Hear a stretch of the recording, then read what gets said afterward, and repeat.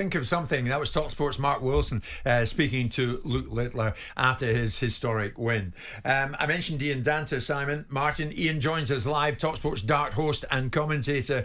Ian, good afternoon to you. What about darts and the Littler effect? Is darts now in pole position to become the country's second biggest sport behind football? It certainly is, Jim, with regard to television viewing figures on that particular channel. Although I'm disappointed to hear you say you were watching it, and Simon, rather than listening to it on talkSPORT. But them's the breaks, I've just got to deal with that the way it is. You were on in the background, Ian. Of course you were. Yeah. But yeah, I mean, the Littler effects have certainly been prevalent when it comes to darts on the radio, with the coverage that we've brought from Alexandra Palace. Not just this year, just gone, but the last year as well. It's clear that there's a massive increase in interest in the sport, and Luke's extraordinary rise to fame is a major factor in that. There's other factors. It's not just Luke Little. I think Luke Humphreys and others, Gerwyn Price, there are others that need their share of the credit for the way that the sport has blossomed. But certainly this story about a 17-year-old winning a world championship, I mean, it's outrageously good as a story. So, Simon, do you think this is the time, though, that darts and the number of people watching it, listening to it, as Ian stressed there, this is when it peaks around Christmas, New Year? Well, because, of course it does. Later in the year, will it be in demand as much as it is at the moment? I mean, listen, the Premier League, the format that was created with Sky by Barry Hearn and his crowd, I think Hearn is a lot to do with this. I think we've seen darts before.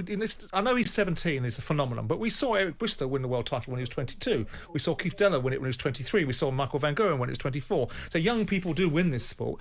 Littler is a phenomenon. Like Emma Raducanu was a phenomenon in the US Open. Whether it translates, it's behind a paywall of Sky right now. Ultimately, back in the day with terrestrial TV, Bristow was playing in front of audiences that were phenomenally big. Whether it translates into a commercial vehicle that the broadcasters alight upon all year to rival other sports like boxing, like tennis, not so much tennis, but like tennis over the course of Wimbledon ultimately. This, to me, the World Championships, is like Wimbledon. It comes around, everyone's motivated by it, it's got all the energy, it's over a festive period of time of the year where people are engaged at being able to watch televisual products more than they might do over the rest of the year. And then you see what are the figures like, Ian, for the Premier League viewing numbers? Very good. I mean, I think in terms of audience figures with regard to Sky Television, I believe darts is second only to football in terms of its audience ratings. And those Thursday nights in the Premier League, which aren't always up against Europa League and Conference League football, are very, very strong for the station. And, we are coming to a point where the television deal is up for renewal.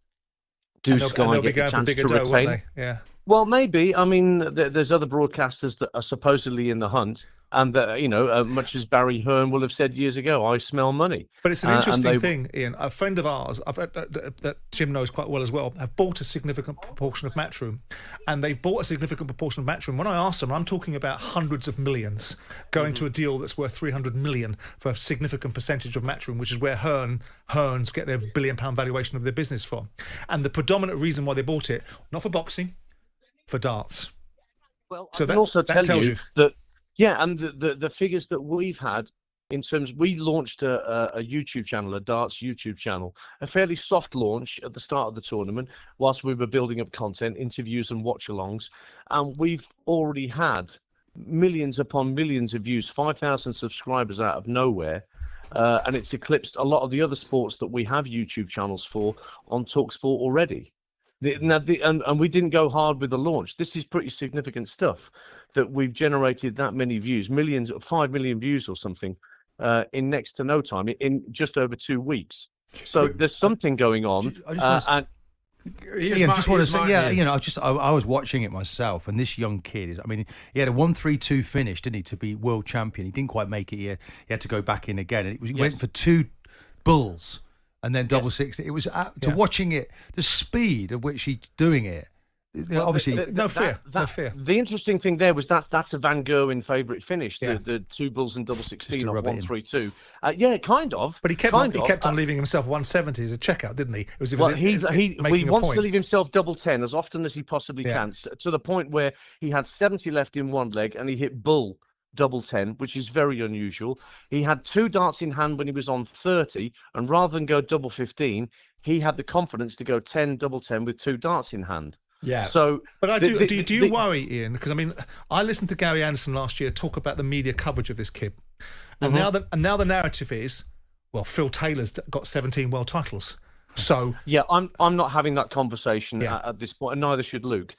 Because he's 17. He's a baby in arms. We don't know what his motivation is going to be in 2 years, 5 years. I'd be happy to have that conversation with somebody in 5 years' time. Let's say 5 years from now, Luke Littler has won 2 or 3 more world titles during that period of time. Then I would happily have a conversation about, is he going to eclipse Phil the Power Taylor's record of 16 titles? Right now, he's won one. Let's congratulate him and celebrate what an extraordinary achievement it is. Ian, you're right. What Gary Anderson said is important, but I think we have to credit the PDC as an organisation with the very, very best in holistic care for its performers. Ian, and I think they will take care of it. Pound out behind it. Simon mentioned Wimbledon there. There'll be comparisons with Rooney scoring that goal when he was just a 16-year-old against Arsenal.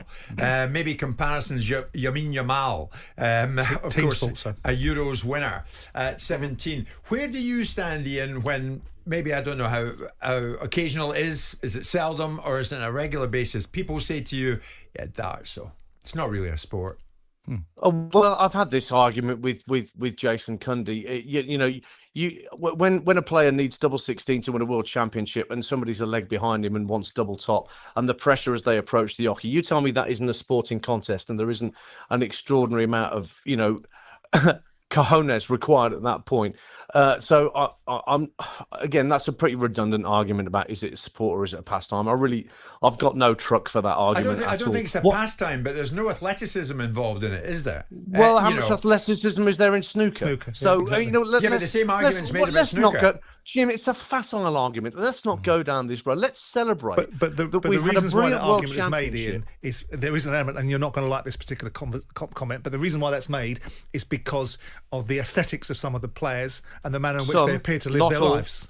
Some, not all. I mean, yes, large 17, of them. But you look at Luke Humphries, who large being the operative word.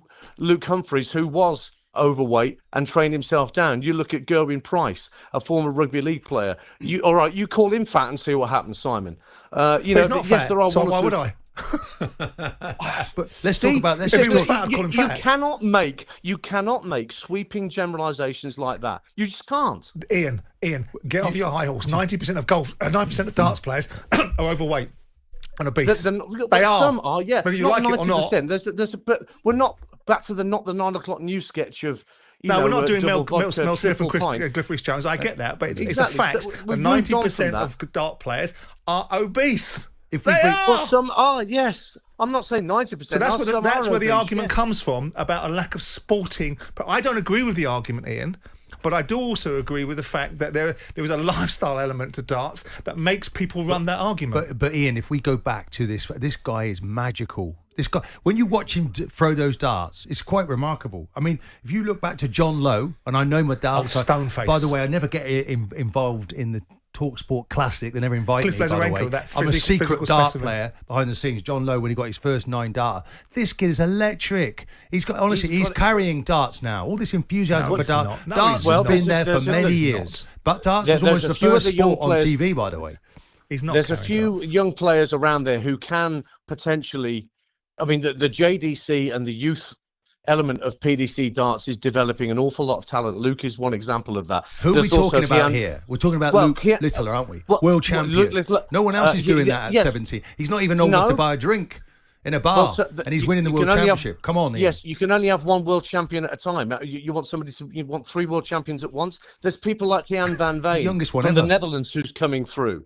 But he hasn't won anything yet. You're right, but Luke is trailblazing. I promise you now, for a whole slew of young dart players who are going to, that you will see a generational shift in the not too distant future. Looking forward to it. In how the old guard are at risk from the younger generation who has seen the money, who've smelled the money that Barry Hearn has talked about, and think, right, if I dedicate myself to 7 hours of practice a day or whatever it takes, then I will do that. And it may well come to pass in the next 5 to 10 years Right, Ian, that there's a proper shift. Brilliant coverage of the darts final on talkSPORT.